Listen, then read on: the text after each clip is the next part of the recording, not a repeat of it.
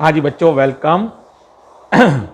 EMI और AC वाली sheet है बच्चों, और एक्सरसाइज 5B है ये आईआईटी वाली बुक में। तो आप जरा इसे देखिए। जो क्वेश्चन पूछे गए हैं बेटे, वो पूछे गए हैं 1 करेक्ट में से। ये सवाल हैं 3, 6, 8, 9 और 14। मोर देन 1 करेक्ट में से सिर्फ एक ही सवाल पूछा गया है, क्वेश्चन नंबर 3 और कॉम्प्रीहेंशन नंबर 2। इतनी चीज़ें पूछी गई हैं, तो इनको हम बारी बारी से डिस्कस कर रहे हैं। बहुत ही आसान है, आप जरा ध्यान से समझिए। सबसे पहले क्वेश्चन नंबर 3 है, तो देखो मैं लैंग्वेज पढ़ रहा हूं। 2 identical circular loops of metal wire, ये मेटल वायर के 2 लूप्स हैं, और एक का नाम है ए और एक का नाम है B. Loop A carries a current which increases with time.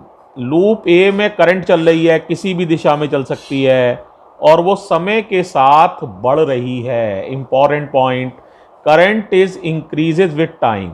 जैसे ही इससे लिंक करंट बढ़ेगी, तो इससे लिंक मैग्नेटिक फ्लक्स बढ़ेगा। बोलो क्या होगा? जैसे ही ए में करंट बढ़ेगी, क्या होगा बताओ? बी से लिंक मैग्नेटिक फ्लक्स बढ़ेगा। अब बी उसका क्या करेगा? विरोध। तो अगर इसके पास रहेगा तो भाई मैग्नेटिक फ्लक्स, एक ही करंट बढ़ेगी, तो बी से लिंक मैग्नेटिक फ्लक्स बढ़ेगा। तो इसीलिए बी अपने से लिंक जो मैग्नेटिक फ्लक्स है उसमें चेंज का विरोध करेगा। अब तुम बताओ कैसे विरोध करे? पास में खड़े होगे वहीं के वहीं, तो फ्लक्स बढ़ेगा। तुम्हें फ्लक्स कम करना है तो बेहतर है थोड़ा दूर चले जाओ। जैसे ये समझो यहाँ आग जल रही हो और आग बढ़ रही हो, तुम्हें गर्मी लगेगी ज़्यादा, है ना, क्योंकि तुमसे लिंक टेम्परेचर बढ़ेगा।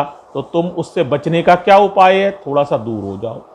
ठीक इसी तरह से ये लूप थोड़ा सा दूर हट जाएगा। दूर हटने का मतलब क्या हुआ? अगर इधर जाता तो उसे अट्रैक्शन कहते, इधर चला गया दूर, तो इसका मतलब जो लूप बी है वो रिपेल हो जाएगा। लूप बी क्या हो जाएगा? रिपेल। तो कौन सा ऑप्शन सही हो जाएगा? तो loop B is repelled by the loop A. तो loop B is repelled by the loop A. सब लोग को ही पता है, हमेशा बेटे जो चेंज होता है मैग्नेटिक फ्लक्स का, उसका कोई भी चीज उस चेंज का विरोध करती है। तो मेरा अंदाजा आसानी समझ में आ गया होगा। एक सवाल और ले रहे हैं, क्वेश्चन नंबर 6। केयरफुली सुनिए, बहुत आसान है, एक बार समझिए। देखिए 6 वाला पढ़ रहा हूं मैं।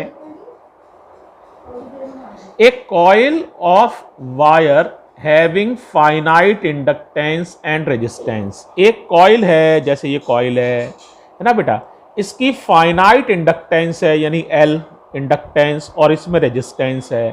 तो इसकी फाइनाइट इंडक्टेंस और रेजिस्टेंस है। इंडक्टेंस क्या करती है? करंट के बढ़ने का विरोध करती है। जैसे ही मैं यहाँ की को प्रेस करूंगा, तो इसमें करंट 0 से बढ़ने लगेगी और बढ़कर अपनी मैक्सिमम वैल्यू पर पहुंचने में कुछ समय लगाएगी। तो इंडक्टेंस उसका विरोध करती है ना। तो ये एलआर सर्किट की तरह एक्ट करेगी करंट, और करंट के ये growth of current in LR circuit हो गया। तो ये इसका कॉइल विरोध करेगी। शुरुआत में करंट कितनी होगी? 0, बढ़कर लास्ट में अपनी पीक वैल्यू I1 पे पहुंचेगी। तो इस करंट के बढ़ने का ये विरोध करेगी। ठीक है, कॉइल ये लिखा हुआ है, समझ भी पा रहे होगे। आगे सुनो फिर क्या होता है। इसी जो एक कंडक्टिंग रिंग को बेटे, ये कंडक्टिंग रिंग है, इसको यहीं पर कोएक्सिली, इसी एक्सिस के अलोंग एक रिंग को प्लेस कर दिया जाता है। रिंग की एक्सिस और कॉइल की एक्सिस सेम है, ऐसा कहा जा रहा है। The coil is connected to a battery. आप देख ही रहे हैं, कॉइल को एक बैटरी से जोड़ दिया गया है टाइम t बराबर 0 पर, so that a time dependent current I1 starts flowing through the coil. इस तरह से एक टाइम के साथ बदलने वाली करंट इसमें बह रही है। टाइम के साथ क्यों बदल रही है? ये करंट पहले 0 होगी, फिर बढ़ते बढ़ते अपनी पीक वैल्यू की तरफ टेंड कर रही है। तो इस तरह से एक टाइम वेरिंग करंट इसमें बह रही है। फिर क्या कहते हैं बच्चों, इसकी वजह से, इस करंट में चेंज की वजह से इससे लिंक मैग्नेटिक फ्लक्स में चेंज होगा, तो इसमें भी एक इंड्यूस करंट डेवलप होगी।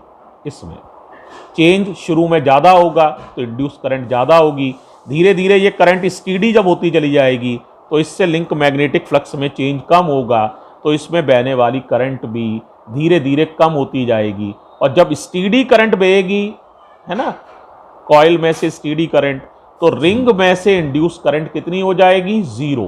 रिंग में बहने वाली इंड्यूस करंट जीरो हो जाएगी। अभी मैं आपको ग्राफिकली समझाता भी हूं, अभी बनाऊंगा इंड्यूस करंट का ग्राफ। इस रिंग में कितनी इंड्यूस करंट बहेगी उसका ग्राफ कुछ इस तरह से होगा। पहले करंट ज़्यादा बहेगी, है ना, ज़्यादा चेंज होने से फिर धीरे धीरे करंट कम होती चली जाएगी कुछ इस तरह से, और अंत में करंट जीरो पहुंच जाएगी। ठीक है, जब स्टीडी करंट बहेगी कॉइल में तो रिंग में बहने वाली करंट जीरो हो जाएगी।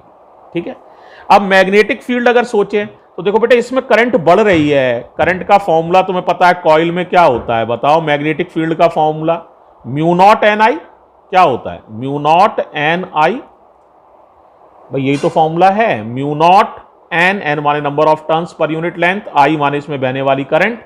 अब बताओ, इसमें बहने वाली करंट लगातार बढ़ रही है तो मैग्नेटिक फील्ड जो होगा वो लगातार बढ़ता जाएगा। किसका? कॉइल का मैग्नेटिक फील्ड लगातार बढ़ता जाएगा, और अंत में जब करंट मैक्सिमम हो जाएगी, ये है ना, कौन सी वाली करंट की बात कर रहा हूं? I1 की।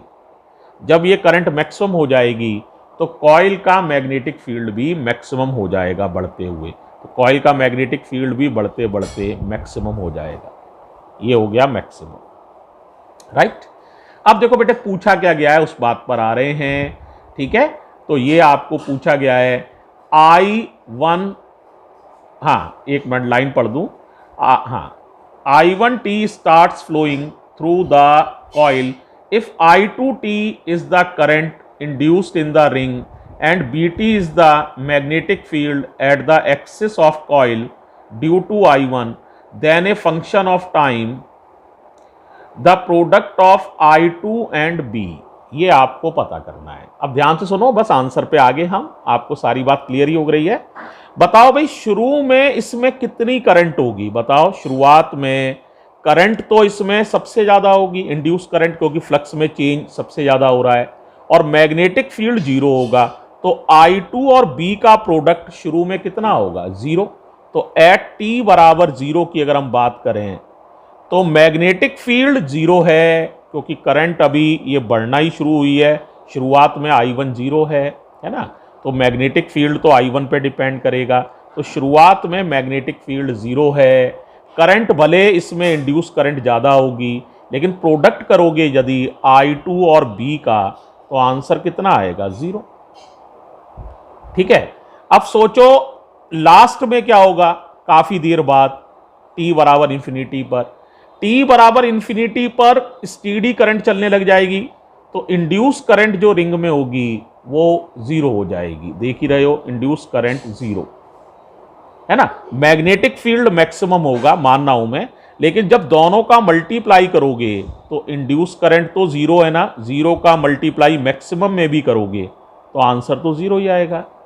इसका मतलब शुरुआत में भी I2 और B का प्रोडक्ट जीरो होगा, और काफी देर बाद भी I2 और B का प्रोडक्ट जीरो होगा। तो फिर हुआ क्या? लेकिन अगर इन बिटवीन देखोगे तो I2 भी कुछ ना कुछ होगी, B भी कुछ ना कुछ होगा, तो बीच में I2 और B का प्रोडक्ट क्या होगा? उसका एक आंसर फाइनाइट होगा। क्या आंसर होगा? फाइनाइट। अब बताओ, कोई चीज शुरू में भी जीरो है, लास्ट में भी जीरो है, और बीच में फाइनाइट है, इसका मतलब क्या होगा? कहीं ना कहीं I2 और B का प्रोडक्ट सबसे ज्यादा हो गया होगा, पहले बढ़ते बढ़ते सबसे ज्यादा होगा, फिर कम होके दोबारा जीरो हुआ होगा। तो अगर मैं I2 और B के प्रोडक्ट का ग्राफ खींचूं तो बताओ ग्राफ कैसा आएगा? शुरुआत में जीरो, अंत में जीरो, बीच में I2 और B की अलग अलग वैल्यूज होंगी, तो उनका प्रोडक्ट बढ़ते बढ़ते कहीं ना कहीं मैक्सिमम होगा, और फिर मैक्सिमम से घट के बाद में जीरो हो गया होगा। तो अगर मैं ग्राफ खींचूं, किस किस का ग्राफ खींच रहा हूं? I2 और B वाई एक्सिस पे ले रहा हूं, I2 इंटू B, दोनों का प्रोडक्ट, और टाइम को एक्स एक्सिस पे ले रहा हूं, तो शुरू में 0 होगा, बाद में भी 0 होगा, और बीच में ऐसे करके बढ़ते हुए मैक्सिमम और फिर घटते हुए 0, कुछ इस तरह होगा। ठीक है, शुरुआत में t बराबर 0 पर यह आंसर 0 है, फिर I2 कभी कम होगी, कभी I2 की वैल्यू कम होती जाएगी, B की वैल्यू बढ़ती जाएगी, तो इनका प्रोडक्ट चेंज होता जाएगा, कहीं ना कहीं वो मैक्सिमम होगा और फिर घटते घटते 0 हो जाएगा, t बराबर इन्फिनिटी पर 0 हो जाएगा। ठीक है, तो इस तरह का ग्राफ हमें मिलेगा। ठीक है, ये यहाँ पर t बराबर इन्फिनिटी है, चाहो तो इसे थोड़ा ऐसे कर दो, कर्व को नीचे मिलाओ नहीं, क्योंकि t बराबर इन्फिनिटी पे 0 होगा। तो इस हिसाब से अब तुम देखो कौन सा ऑप्शन सही हो जाएगा, बताओ भाई।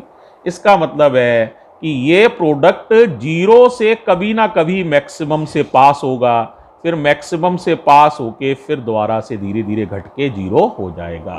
तो सही ऑप्शन हो जाएगा डी, पासेस थ्रू आ मैक्सिमम। कौन सा हो जाएगा भाई? डी, पासेस थ्रू आ मैक्सिमम। उम्मीद है तुम्हें सारी बात समझ में आ गई होगी। ठीक है, अब एक सवाल अगला कर रहे हैं, क्वेश्चन नंबर 8 है, इसको ध्यान से समझो, बड़ा आसान सा सवाल है। देखो बेटे, इसमें जो है ना म्यूचुअल इंडक्टेंस के बारे में बात की गई है। ये मैंने ना तुम्हें म्यूचुअल इंडक्टेंस पढ़ाई भी है। मैंने वहां बताया था अगर दो कॉइल्स को एक के ऊपर एक रैप कर दोगे, ऐसे करके मैंने वहां डायग्राम भी बनाए हैं, तो म्यूचुअल इंडक्टेंस मैक्सिमम होता है, वहां बताया था मैंने। अगर आप दोनों कॉइल्स के प्लेन को पैरेलल रख दोगे तो भी म्यूचुअल इंडक्टेंस इस केस से इसमें कम होगा, लेकिन फिर भी अच्छा खासा म्यूचुअल इंडक्टेंस मिलता है। और अगर दोनों कॉइल्स को परपेंडिकुलर प्लेन उनके कर दो, एक कॉइल ये है और एक कॉइल ये कर दो, तो म्यूचुअल इंडक्टेंस सबसे कम होता है। ऐसे करके मैंने डायग्राम बना के समझाया भी है कि म्यूचुअल इंडक्टेंस कॉइल के ओरिएंटेशंस पर डिपेंड करता है। अब तुम लोग अगर डायग्राम को देखो तो उसमें भी डायग्राम में कॉइल बनी हुई हैं। एक बार कॉइल ऐसे बनी है, बड़ी कॉइल और छोटी कॉइल, दोनों के प्लेन पैरेलल हैं इस तरह से, तो म्यूचुअल इंडक्टेंस यहाँ सबसे ज़्यादा होगा। दूसरी स्थिति में देखोगे ना तो दोनों के प्लेन परपेंडिकुलर हैं, एक कॉइल ये बनाई है उन्होंने और दूसरी कॉइल ऐसे बना दी है, तो दोनों के प्लेन परपेंडिकुलर हैं, तो म्यूचुअल इंडक्टेंस काफ़ी कम हो जाएगा। इस तरह से उसमें पूछा गया है म्यूचुअल इंडक्टेंस कब ज़्यादा होगा, तो याद रखो जब दोनों कॉइल्स के प्लेन पैरेलल होते हैं या कॉइल्स को एक दूसरे पर रैप किया जाता है, तब म्यूचुअल इंडक्टेंस सबसे ज़्यादा होता है। ठीक है, तो इस तरह से आप आराम से समझ जाओगे म्यूचुअल इंडक्टेंस कब सबसे ज़्यादा होगा। आंसर, म्यूचुअल इंडक्टेंस सबसे ज़्यादा कब होगा, बताओ भाई, बोलो। ए सिचुएशन में। कौन सी सिचुएशन में भाई? ए वाली सिचुएशन में म्यूचुअल इंडक्टेंस मैक्सिमम होगा। उम्मीद है ये भी तुम्हें समझ में आ गया होगा, बहुत आसान सा है, ये सारा मेरा पढ़ाया हुआ है, आप देख लीजिएगा म्यूचुअल इंडक्टेंस। ठीक है, वहाँ पर मैंने कोफिशिएंट ऑफ कपलिंग तक पढ़ाया है आपको। ठीक है, तो वहाँ आप सुन भी सकते हैं उस वीडियो को। ठीक है बच्चों, आसान सही है, समझ में आ गया होगा। सबसे ज़्यादा म्यूचुअल इंडक्टेंस कब होती है? जब कॉइल को एक दूसरे पर रैप कर दिया जाता है। उसके बाद क्या होता है? जब दोनों के प्लेन पैरेलल होते हैं तो, और दोनों के प्लेन परपेंडिकुलर हों तो म्यूचुअल इंडक्टेंस काफ़ी कम हो जाती है, लगभग 0 सी हो जाती है। ठीक है, तो ये इसका जवाब है।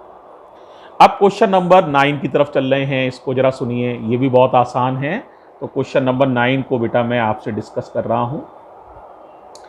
9 को जरा ध्यान से सुनना यार, थोड़ा सा 3D कल तुम्हें समझना पड़ेगा, तो रेडी हो जाओ।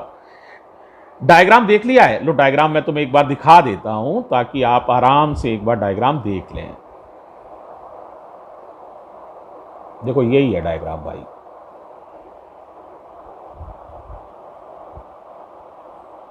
दिख रहा है सबको डायग्राम? ठीक है, तो ये डायग्राम है। अब देखो बेटे इसमें है क्या, ठीक है, सवाल का डायग्राम ध्यान से देख लो। अब मैं क्वेश्चन एक बार पढ़ दे रहा हूं क्योंकि डायग्राम को थोड़ा छोटा करके ना मैं सवाल को पढ़ रहा हूं। देखो क्वेश्चन में क्या कहा जा रहा है, as shown in the figure P and Q are two coaxial conducting loops. देख ही रहे हो P और Q ये दोनों कोएक्सियल कंडक्टिंग लूप्स हैं, P और Q ऐसा कहा जा रहा है, और दोनों लूप्स कुछ दूरी पर रखे हुए हैं। When the switch S is closed, जब स्विच एस को हम क्लोज करते हैं, स्विच एस ये रहा देखो, इसको जब हम क्लोज करते हैं तो इसमें करंट चलती है। तो एक clockwise current IP flows in P, तो पी में क्लॉकवाइज करंट चल रही है एज सीन बाई ई, ई आदमी को पी में क्लॉकवाइज करंट चलते हुए दिख रही है, यानी इस तरफ से क्लॉकवाइज है, उल्टी तरफ देखोगे तो एंटी क्लॉकवाइज हो जाएगी। तो इस तरफ से देखने पे करंट क्लॉकवाइज है, ई को क्लॉकवाइज करंट चलते हुए दिख रही है, ई ये ऑब्जर्वर है। ठीक है, इस तरह से कहा जा रहा है। आगे क्या होता है बच्चों, and an induce current I Q, और क्यू में भी इंड्यूस करंट चल रही है, उसका नाम आई क्यू है, flows in the Q. The switch remains closed for a long time, when switch S is opened a current I Q to flows in Q. जब स्विच को हम वापस खोलते हैं तो आई क्यू टू करंट चलती है क्यू वाले लूप में। Then the direction of I Q one and I Q two as seen by E R, ये आपको पता करना है डायरेक्शन क्या होंगी। सवाल को आप ध्यान से पढ़ लीजिए, फिर मैं आपको समझाने की कोशिश करता हूं, ध्यान से देखिएगा। पहले बताओ, सवाल सारा पढ़ लिया है, अब आपको जरा ध्यान से समझना है, ध्यान से देखिएगा। रेडी है? बताइए भाई, इसमें करंट इधर कौन सी दिखेगी? क्लॉकवाइज। ठीक है, जैसे स्विच को बंद करोगे तो करंट कौन सी दिखेगी? क्लॉकवाइज इधर। तो देखो बेटे, इसमें करंट बढ़ेगी, जैसे स्विच को बंद करोगे तो करंट बढ़ेगी, करंट बढ़ेगी तो ये उसका विरोध करेगा, विरोध करने के लिए रिपेल होगा, इधर की तरफ जाना चाहेगा। तो इसमें क्लॉकवाइज करंट है तो इधर भी करंट कौन सी होगी? क्लॉकवाइज। लेकिन इधर से देखोगे तो करंट दिखेगी एंटी क्लॉकवाइज, तो ई को क्यू में पहले करंट दिख रही होगी एंटी क्लॉकवाइज। फिर दोबारा देखो, पी में करंट बढ़ रही है तो ये क्लॉकवाइज, तो इधर देखोगे तो क्लॉकवाइज इधर वाली साइड से, इधर वाली साइड से देखोगे तो एंटी क्लॉकवाइज, तो ई को पहले करंट किधर दिखेगी? Anti clockwise. राइट, जब करंट बढ़ रही होगी तो उसे आई क्यू वन की दिशा एंटी क्लॉकवाइज दिखाई देगी, ई को आई क्यू वन की दिशा एंटी क्लॉकवाइज दिखाई देगी ई को। अब बेटे आपने स्विच को वापस खोल दिया, खोलने से ये करंट कम होगी, ये करंट क्या होगी भाई? अब पहले मान लो आई चल रही थी, अब धीरे धीरे करंट घटेगी और जीरो पर पहुंचेगी क्योंकि स्विच आपने खोल दिया है। तो स्विच जैसे ही खोलोगे तो ये करंट गिरेगी, गिरेगी तो यहां कैसे चल रही थी करंट? याद करो, बोलो, क्लॉकवाइज। तो ये इसका विरोध करेगा, तो बताओ यहां कैसे करंट चलेगी? विरोध करने के लिए ये इसकी तरफ सरकेगा, इसकी तरफ अट्रैक्ट होगा। बात समझ में आई? क्योंकि इससे लिंक मैग्नेटिक फ्लक्स में कमी आएगी, कमी आने के लिए उसे बढ़ाने के लिए इधर की तरफ अट्रैक्ट होगा, तो इधर से देखने पे करंट चलेगी एंटी क्लॉकवाइज, इधर चलेगी एंटी क्लॉकवाइज, और इधर से देखोगे तो क्लॉकवाइज, तो ई तो इधर ही है ना, तो ई को फिर करंट दिखेगी क्लॉकवाइज। तो इसका मतलब पहले जब करंट बढ़ रही थी पी में तो बेटे यहां क्लॉकवाइज थी, ये भी क्लॉकवाइज, तो ई को करंट दिखेगी एंटी क्लॉकवाइज। इस साइड से क्लॉकवाइज दिखती है तो कॉइल के दूसरी तरफ से एंटी क्लॉकवाइज, और जब करंट घट रही होगी तो ये क्लॉकवाइज, ये इसको सपोर्ट करने के लिए इसकी तरफ आएगा, तो इधर एंटी क्लॉकवाइज और इधर से देखोगे तो क्लॉकवाइज। इस तरह से करंट दिखाई देंगी। तो सही आंसर कौन सा हो जाएगा? सही आंसर हो जाएगा डी। डी में क्या लिखा है? पहले एंटी क्लॉकवाइज फिर क्लॉकवाइज, इस तरह से करंट्स दिखाई देंगी। उम्मीद है ये वाला सवाल आपको समझ में आ गया होगा। ठीक है, तो देखो मैं जूम हटा रहा हूं और ये मैंने आपको एक्सप्लेन कर दिया है। राइट, तो ये है क्वेश्चन नंबर 9। अब बात कर रहे हैं क्वेश्चन नंबर 9 के बाद 14 की, तो जरा 14 वाले को समझते हैं हम लोग। मैं पढ़ रहा हूं 14 वाला, अब ध्यान से सुनिए। 14 देखो भाई, ये डायग्राम तो आपको दिख ही रहा है, एक बार मैं पढ़ देता हूं। The figure shows certain wire segments joint together to form a coplanar loop. ये कोप्लेनर लूप इस तरह से बना हुआ है। The loop is placed in a perpendicular magnetic field in the direction going into the plane of paper. Magnetic field में loop रखा हुआ है, मैग्नेटिक फील्ड किधर है, डाउनवर्ड्स, नीचे की तरफ, डाउनवर्ड्स, ये निशान है, नीचे की तरफ है मैग्नेटिक फील्ड, और समय के साथ ये मैग्नेटिक फील्ड बढ़ रहा है। अब बताओ कॉइल क्या करती है, मैग्नेटिक फील्ड नीचे की तरफ बढ़ रहा है तो कॉइल उसका विरोध करेगी, ठीक है। तो करंट की डायरेक्शन को डिसाइड कौन करेगा, बड़े वाला लूप, क्योंकि बड़े वाले में ईएमएफ ज्यादा पैदा होगा छोटे वाले की तुलना में। क्यों, क्योंकि बड़े लूप का एरिया ज्यादा है तो उससे मैग्नेटिक फ्लक्स में ज्यादा चेंज होगा। तो इसीलिए बड़े लूप से हम डायरेक्शन को डिटरमाइन करेंगे। अब बड़े लूप में करंट किधर चलेगी बताओ, अंगूठा किधर करना पड़ेगा, ऊपर। ऊपर क्यों कर रहे हैं, क्योंकि मैग्नेटिक फील्ड नीचे की तरफ बढ़ रहा है, तो उसका विरोध कैसे होगा, कोई चीज नीचे बढ़ रही है तो कॉइल अपना मैग्नेटिक फील्ड ऊपर की तरफ डेवलप करेगी। तो राइट हैंड रूल से अंगूठा ऊपर सीधे हाथ से, और उंगलियों को अगर घुमाओगे तो that will give you the direction of current. Curling of fingers will give you the direction of current. तो अंगूठा ऊपर विरोध करने की वजह से, तो curling of fingers will give you the direction of current. तो करंट विल फ्लोइंग फ्रॉम, देखो D to C, D to C, तो करंट इस तरह से चलेगी, इधर D से C, ऐसे ऐसे ऐसे, अब यहां के बाद करंट ऐसे ऐसे, देखो ये जा रही है, फिर ऐसे, यहां से ऐसे ऐसे ऐसे ऐसे करके करंट चलेगी। तो अब आप खुद देखो बड़े लूप में करंट कैसे चलेगी, D टू C, और छोटे वाले A और B में देखेंगे तो हमें करंट चलती हुई महसूस होगी A टू B। किधर महसूस होगी बताओ, A टू B। तो क्या क्लियर हो गया है सबको, तो कौन सा ऑप्शन करेक्ट हो जाएगा बताओ भाई, I1 is in the direction of AB। I1 तो हमारी जो है ये A से B की तरफ चलेगी, और दूसरी करंट जो हमारी चलेगी वो चलेगी C टू D, ठीक है, याद रहेगा किधर चलेगी, sorry D to C, very sorry, D to C। तो मेरा अंदाज ये भी तुम्हें अच्छे से समझ में आ गया होगा, बहुत आसान है, कोई मुश्किल नहीं है, समझ में आ गया। तो ये है क्वेश्चन नंबर 14। अब देखो 14 के बाद हम बात कर रहे हैं बच्चों अगले सवाल की, ठीक है। तो जिसका नंबर है, जरा पेज पलट रहा हूं तो नंबर पता चल जाएगा, इसका नंबर है क्वेश्चन नंबर 3। क्वेश्चन नंबर 3 है ये, और ये मोर देन वन करेक्ट में से है क्वेश्चन नंबर 3। तो एक बार मैं सवाल को पढ़ देता हूं आप लोगों के लिए, ध्यान दीजिएगा, सवाल पढ़ रहा हूं। Two metallic rings A and B identical in shape and size, दो मेटेलिक रिंग्स हैं A और B, शेप और साइज में बराबर हैं, सब तरह से बराबर हैं। हैविंग डिफरेंट रेजिस्टिविटीज, लेकिन बेटे वायर की रेजिस्टिविटी अलग अलग हैं। जिसकी रेजिस्टिविटी ज़्यादा होती है तुम्हें पता है उसका रेजिस्टेंस भी ज़्यादा होता है। क्यों, क्योंकि रो का फॉर्मूला होता है, बोलो भाई क्या होता है, RA/L। अगर रो ज़्यादा होगा तो R भी ज़्यादा होगा, ठीक है, तो इस तरह की बात है।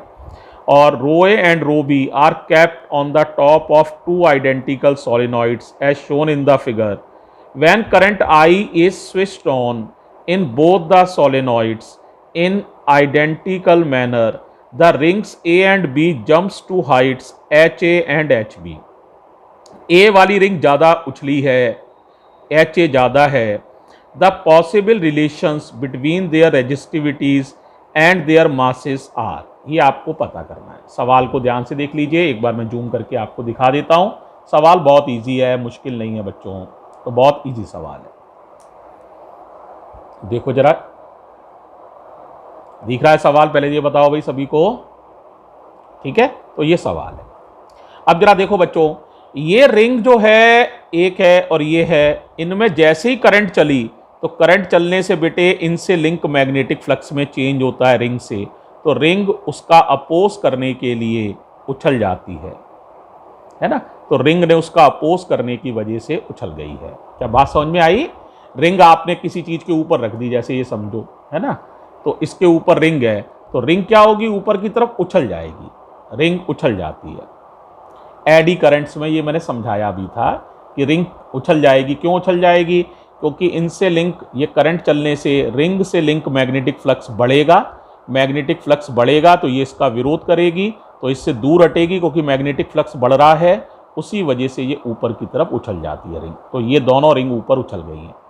लेकिन कौन ज़्यादा उछली है, ए या बी? तो उसमें दिया हुआ है ए वाली रिंग ज़्यादा उछली है। इसका मतलब बेटे अब दो ही वजह हो सकती हैं ए रिंग के ज़्यादा उछलने की। एक तो या तो इसमें एडी करंट ज़्यादा पैदा हुई हो तो ये ज़्यादा उछल जाएगी, चाहे मास दोनों के बराबर हो, एडी करंट इसमें ज़्यादा पैदा हुई तो ये ज़्यादा उछल जाएगी। अब बताओ एडी करंट ज़्यादा कब पैदा होगी? जब रेजिस्टेंस कम हो। करंट ज़्यादा कब होगी? जब रेजिस्टेंस कम हो। तो इसका मतलब ए का रेजिस्टेंस कम होगा। अब रेजिस्टेंस कब कम होगा? जब रेजिस्टिविटी कम हो, क्योंकि आर का फॉर्मूला होता है, बोलो, रो बराबर आर ए अपॉन एल। अगर रेजिस्टेंस ज्यादा है तो रेजिस्टिविटी भी ज्यादा होगी, है ना।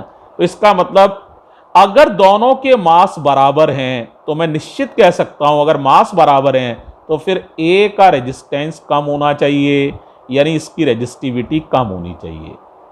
तो ये पहला कॉज हो सकता है कि दोनों के मास भले बराबर हों, लेकिन इंड्यूस करंट ए में ज्यादा है क्योंकि ये ज्यादा उछला है। इंड्यूस करंट ज्यादा का मतलब रेजिस्टेंस कम है, यानी रेजिस्टिविटी कम है। तो एक ऑप्शन ये हो सकता है। तो पहला ऑप्शन क्या हो सकता है बताओ? ए की रेजिस्टिविटी कम हो, मास चाहे बराबर हो दोनों के, लेकिन ए की रेजिस्टिविटी कम हो, या बी की रेजिस्टिविटी ज्यादा हो। तो ये ऑप्शन है बी वाला, बुक वाला बी, यही ऑप्शन है। दूसरा एक बात और भी हो सकती है कि रेजिस्टिविटी के साथ साथ मास में भी अंतर हो। तो अगर पता है आपको मास जिसका कम होगा, आपको पता है उछाल धक्का तो उसे फोर्स तो उतना ही लगा है, तो लेकिन मास कम है तो ऊंचाई वो ज्यादा जाएगा, ज्यादा ऊंचाई तक जाएगा। तो एक बात ये भी हो सकती है बेटा कि रेजिस्टिविटी तो कम हो ही, साथ साथ ए का मास भी कम हो। ए का मास कम होगा तो उसी फोर्स से वो ज्यादा ऊपर तक उछल जाएगा। तो दो संभावनाएं हो सकती हैं, मास इक्वल भी हो सकता है, ठीक है। अगर मास इक्वल है तो फिर ए की रेजिस्टिविटी तो निश्चित रूप से कम होनी चाहिए ताकि उसमें ज्यादा करंट चले, या फिर मास के मामले में कह सकते हैं ए का मास, क्योंकि ए ज्यादा उछला है तो ए का मास कम भी हो सकता है। तो दोनों संभावनाएं यहां पर सही हो सकती हैं। तो इसका मतलब बी वाला भी सही है, बुक वाला बी ऑप्शन भी सही है, और डॉग वाला डी ऑप्शन भी सही है। ये ऑप्शन एक बार मैं आपको दिखा देता हूं, आप देखिए ये ऑप्शन से। तो बी और डी देखो एक ही साथ आ रहे हैं, तो ये दोनों सही हैं, ठीक है। तो इसमें आप देख सकते हैं ये दोनों ऑप्शन सही हो जाएंगे। तो क्या क्लियर हो गया? ये वाला आसान सही है। तो मुझे उम्मीद है ये वाला भी आपको समझ में आ गया होगा। जूम हटा रहा हूं, अगला सवाल ले रहे हैं। जूम वापस कर दिया है मैंने। अब अगला सवाल है कॉम्प्रीहेंशन 2, जैसा कि डायग्राम में बना हुआ है, ठीक है। ये कॉम्प्रीहेंशन 2 है, ये डायग्राम बना हुआ है। ये बेटे एक बैटरी लगी हुई है, ये रेजिस्टेंस है, ये कैपेसिटर है, ये स्विच S1 है। पहले इस स्विच को दबाया गया है तो कैपेसिटर की चार्जिंग शुरू हो जाती है। फिर इस स्विच को खोल दिया गया है और इसको बंद कर दिया गया है, तो ये LC सर्किट बन के ऑसिलेशन शुरू हो जाते हैं। तो इस तरह के इसमें ना कॉम्प्रीहेंशन में चीज़ें दी हुई हैं। तो मैं पहला सवाल आपके लिए पढ़ रहा हूँ, जरा देखिए भाई, कॉम्प्रीहेंशन पर आ रहे हैं हम, और पहला क्वेश्चन पढ़ रहा हूँ, कॉम्प्रीहेंशन 2। डायग्राम तो क्लियर ही है तुम लोग को। अब पहले सवाल में कह रहा है initially the capacitor was uncharged. शुरू में कैपेसिटर अनचार्ज्ड है, आप देख ही रहे हैं। चार्जिंग तब होगी जब स्विच एस को बंद करोगे। Initially the capacitor was uncharged, now switch S1 is closed. Switch S1 को अब क्लोज कर दिया गया है, ठीक है। And S2 is kept open, S2 open है, S1 क्लोज कर दिया गया है। If time constant of this circuit is tau, आपको पता है ये सर्किट हो गया RC सर्किट, तो ये growth of current in RC circuit हो गई है। तो वो कह रहा है अगर growth of current in RC circuit हो रही है तो आपको पता है RC में ग्रोथ ऑफ करंट की जगह ग्रोथ ऑफ चार्ज कह लो, growth of charge in RC circuit है। तो ग्रोथ के समय फॉर्मूला होता है Q बराबर Q0 1 माइनस e की power minus T upon RC। RC को ही टाउ कहा जाता है। आरसी को क्या कहा जाता है? टाउ। ठीक है, टाइम कांस्टेंट। तो कई लोग टी अपॉन टाउ भी लिख देते हैं, एक ही बात है, आरसी लिखो या टाउ। क्यू नॉट का मतलब होता है मैक्सिमम चार्ज। मैक्सिमम चार्ज कितना हो सकता है? ये पूरे के पूरे वोल्टेज है, तो मैक्सिमम जो चार्ज हो सकता है वो हो सकता है C इंटू वी। कितना हो जाएगा? CV। ठीक है, तो CV मैक्सिमम चार्ज है। अब देखो बेटे, इसमें से पहला ऑप्शन है, तो देखो सेकंड ऑप्शन सही है। कारण देखो जरा, बी वाले को पहले एक्सप्लेन कर दे रहा हूं, फिर तुम्हें पता चल जाएगा, बाकी गलत है। तो देखो Q बराबर Q नॉट 1 माइनस ई की पावर, T की वैल्यू दी हुई है, आप सवाल में पढ़ेंगे, T की वैल्यू है 2 tau after time interval 2 tau, यानी T की वैल्यू 2 टाउ गिवन है ना। तो यहां लिख दो T की जगह 2 टाउ, तो ये हो जाएगा -2 टाउ, और RC को टाउ कहते हैं, तो टाउ से टाउ कट जाएगा, तो चार्ज आ जाएगा Q नॉट 1 माइनस ई की पावर -2, और Q नॉट की वैल्यू कितनी है? CV। तो आप इतना भी लिख सकते हैं इसे, CV 1 माइनस ई की पावर -2, यानी 2 टाउ टाइम के बाद इतना चार्ज कैपेसिटर पर हो जाएगा, जिसको आसानी से समझा जा सकता है।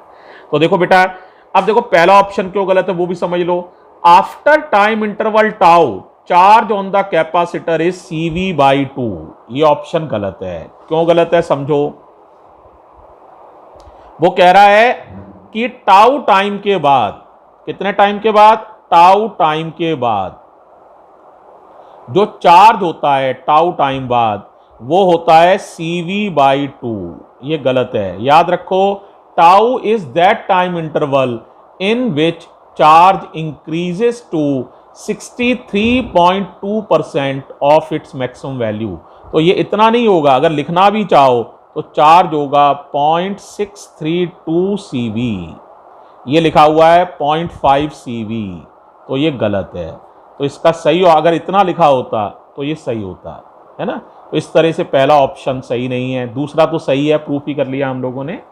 तीसरा option, the work done by the voltage source will be half on the heat dissipated when the capacitor is fully charged, ये भी गलत ऑप्शन है थर्ड वाला। याद रखो कि जो बेटे आपको पता ही है, वर्क डन जो बैटरी करती है ना, बैटरी वो कितना वर्क डन करती है? CV²।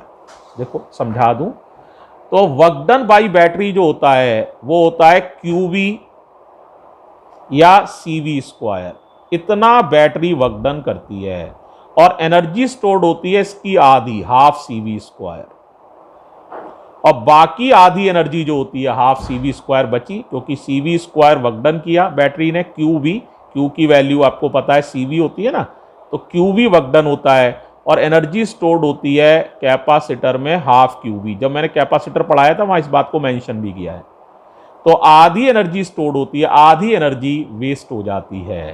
तो याद रखो, बैटरी द्वारा दी गई एनर्जी में से अगर बैटरी ने 10 जूल एनर्जी दी, तो कैपेसिटर में स्टोर्ड होगी 5 जूल, और 5 जूल एनर्जी हीट के रूप में वेस्ट हो जाती है। तो ये ऑप्शन अगर इस तरह से होता तो सही होता, लेकिन इसकी लैंग्वेज अलग तरह से है, तो ये ऑप्शन C भी गलत है। डी वाला समझ लो, after time interval 2 tau charge on the capacitor is, तो हमने देखो 2 टाउ पे निकाला ही है, चार्ज ऑन कैपेसिटर जो है वो इतना होना चाहिए, लेकिन इतना ना लिख के इन्होंने कुछ डी में अलग लिखा है, तो डी ऑप्शन भी गलत हो जाएगा। इस तरह क्वेश्चन 1 पूरी तरह से आप समझ गए होंगे। ये क्वेश्चन नंबर 1 है, कॉम्प्रीहेंशन 2 क्वेश्चन नंबर 1। अब हम बात कर रहे हैं इसी में कॉम्प्रीहेंशन 2 में ही क्वेश्चन नंबर 2 की। तो जरा देखो, क्वेश्चन नंबर 2 पर आ रहा हूं, पढ़ रहा हूं, एक बार ध्यान से सुनिएगा। कह रहा है, after the capacitor gets fully charged S1 is opened and S2 is closed so that the inductor is connected in series with the capacitor। जब पूरा चार्ज हो जाता है कैपेसिटर, तो S1 को ओपन कर दिया जाता है, S2 को क्लोज कर दिया जाता है, आपने डायग्राम में देखो तो LC ऑसिलेशन होने लग जाएंगे, ऐसा कह रहा है। तो इसमें आपको बताना है कि क्या हो जाएगा। तो देखो बच्चों, T बराबर 0, energy stored in the circuit is purely in the form of magnetic energy. ये गलत बात है। देखो समझो जरा, मैं समझाऊं या डायग्राम में देखो। जैसे ही आप इसको खोल देंगे तो सारी एनर्जी शुरू में किसके पास होगी? कैपेसिटर के पास। कितनी एनर्जी होगी? Half CV²। तो सारी एनर्जी इलेक्ट्रिक फील्ड के रूप में होगी, है ना। थोड़ी देर बाद ये कैपेसिटर डिस्चार्ज होगा, तब एनर्जी मैग्नेटिक एनर्जी के रूप में जाएगी। लेकिन T बराबर 0 पर शुरुआत में सारी एनर्जी इलेक्ट्रिक फील्ड के रूप में होगी। लेकिन वो कह रहा है पहले ऑप्शन में कि सारी एनर्जी मैग्नेटिक एनर्जी के रूप में है। ये बात पूर्णतः गलत है, पूरी तरह से रॉन्ग है ये बात, ठीक है। तो इस तरह से ए ऑप्शन बेकार है। अब बी पर बात करते हैं। At any time T is greater than 0, current in the circuit is in the same direction. हमेशा करंट एक ही दिशा में रहती है, ये भी गलत है। होता यह है, मैंने तुम्हें ना ये LC ऑसिलेशन पढ़ाए हैं, शुरू में ये पॉजिटिव है तो ये पॉजिटिवली चार्ज होगी प्लेट, ये नेगेटिव होगी, तो करंट ऐसे बहेगी। फिर क्या होगा? फिर ये वाली प्लेट पॉजिटिवली चार्ज हो जाती है और ये नेगेटिवली चार्ज हो जाती है। फिर करंट उल्टी दिशा में बहती है, फिर ये पॉजिटिवली चार्ज हो जाती है, ये नेगेटिवली चार्ज हो जाती है। अब करंट इस दिशा में बहती है। तो इस तरह से करंट अपनी दिशा लगातार बदलती रहती है। तो पहले ये प्लेट पॉजिटिवली चार्ज थी तो करंट पॉजिटिव से नेगेटिव की तरफ ऐसे चलेगी, फिर ये प्लेट पॉजिटिव चार्ज हो जाएगी तो करंट उल्टी दिशा में चलेगी। लेकिन इसमें कह रहा है करंट एक ही दिशा में चलती रहेगी। ये बिल्कुल गलत बात है, इसलिए ऑप्शन बी भी गलत है। अब ऑप्शन सी पर बात कर रहे हैं। At T is greater than 0, there is no exchange of energy between the inductor and capacitor. ये भी गलत है। पहले सारी एनर्जी किसके पास होती है? कैपेसिटर के पास। फिर जब इसका डिस्चार्ज होता है तो कैपेसिटर की एनर्जी घटती जाती है और वो एनर्जी किसको मिलती जाती है? इंडक्टर को। तो वो सारी एनर्जी किसके रूप में आ जाती है? मैग्नेटिक फील्ड के रूप में। किसके रूप में? मैग्नेटिक फील्ड के। तो इलेक्ट्रिकल एनर्जी, इलेक्ट्रिक फील्ड वाली एनर्जी मैग्नेटिक फील्ड वाली एनर्जी में बदलती है। फिर ये कैपेसिटर को चार्ज वापस हो जाता है, तो फिर ये इलेक्ट्रिक फील्ड वाली एनर्जी वापस मैग्नेटिक फील्ड वाली एनर्जी में बदलती है। तो याद रखो, इसमें इलेक्ट्रिक फील्ड वाली एनर्जी लगातार मैग्नेटिक फील्ड वाली एनर्जी में बदलती है और मैग्नेटिक फील्ड वाली एनर्जी इलेक्ट्रिक फील्ड वाली एनर्जी में बदलती है, और दोनों का सम हमेशा कांस्टेंट रहता है, क्योंकि energy neither can be created nor can be destroyed. उदाहरण के रूप में मान लो इसके पास शुरू में 10 जूल एनर्जी है, तो इस पे 10, 9, 8, 7, 6, 5, 4, 3, 2, 1, 0। जब इस पे 0 हो जाएगी तो इस पे 10 जूल एनर्जी हो जाएगी।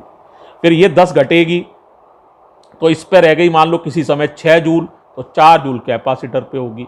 इस पे रह गई 3 जूल तो 7 जूल कैपेसिटर पे होगी। इन दोनों एनर्जीज को जोड़ लोगे तो हमेशा उनका एडिशन 10 जूल ही रहेगा, कंजर्व रहेगा, कांस्टेंट रहेगा। इस तरह से बेटे आप सी को समझ सकते हैं, तो सी भी गलत है। अब डी पर आ रहे हैं। At any time T is greater than 0, maximum instantaneous current in the circuit is. तो अगर आपको करंट निकालनी है तो बताओ, पहले सारी एनर्जी किसके पास थी? कैपेसिटर के। और जब मैक्सिमम करंट होगी तो इसका मतलब कैपेसिटर की सारी एनर्जी बदल चुकेगी मैग्नेटिक एनर्जी में। इसमें तो इसमें एनर्जी होती है हाफ Li²। तो क्या होगा? ये वाली सारी एनर्जी इसमें कन्वर्ट हो जाएगी।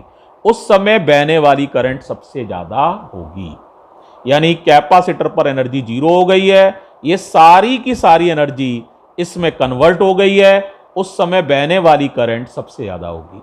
तो अगर I max निकालना है तो ये सारी एनर्जी इसमें कन्वर्ट हो गई है, तो इन दोनों एनर्जीज को बराबर करो तो देखो क्या मिलेगा तुम्हें, जरा देखो। Half CV² is totally converted into half Li², that's why current is maximum.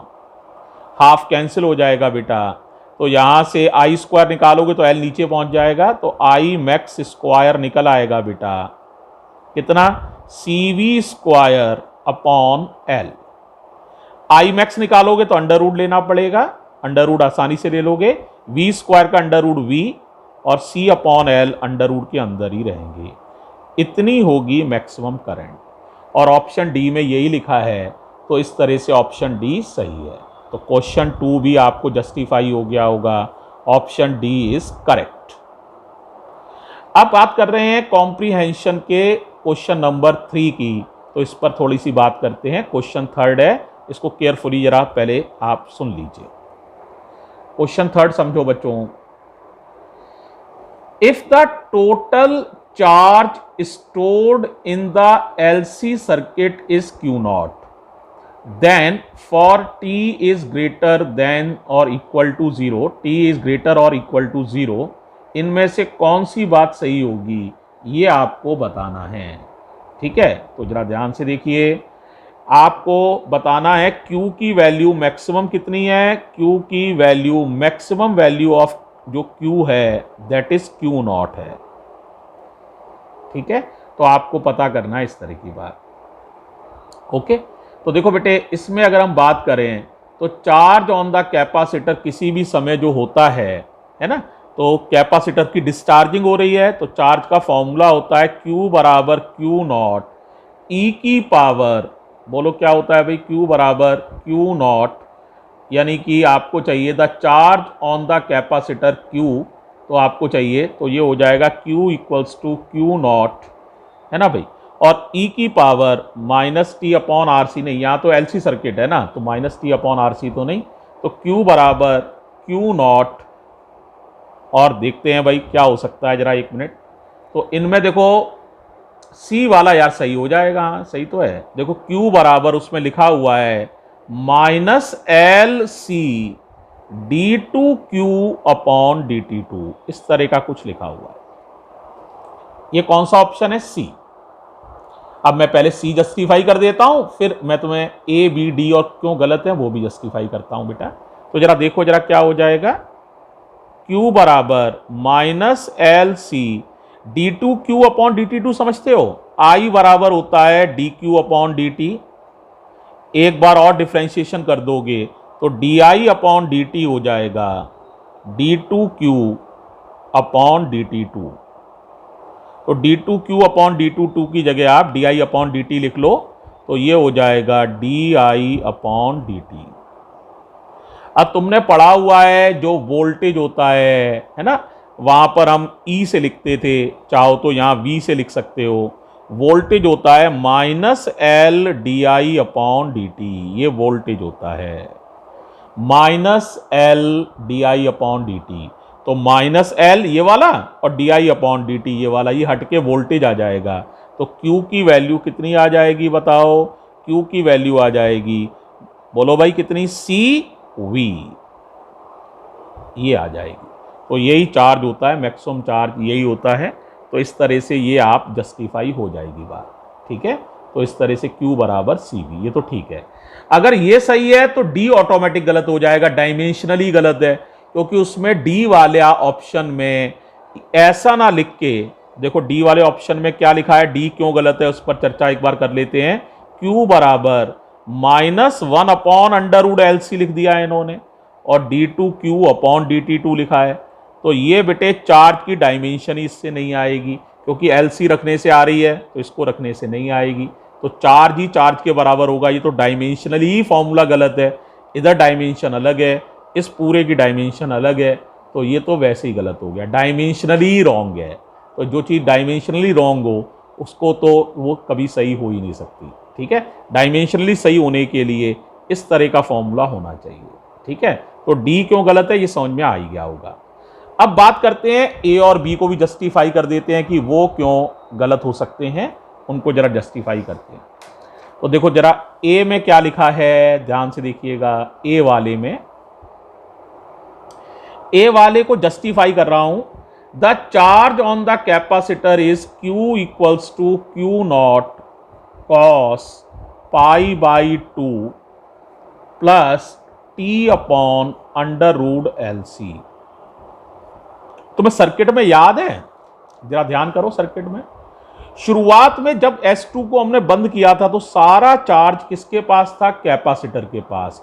यानी T बराबर 0 पर कैपेसिटर पर चार्ज था CV।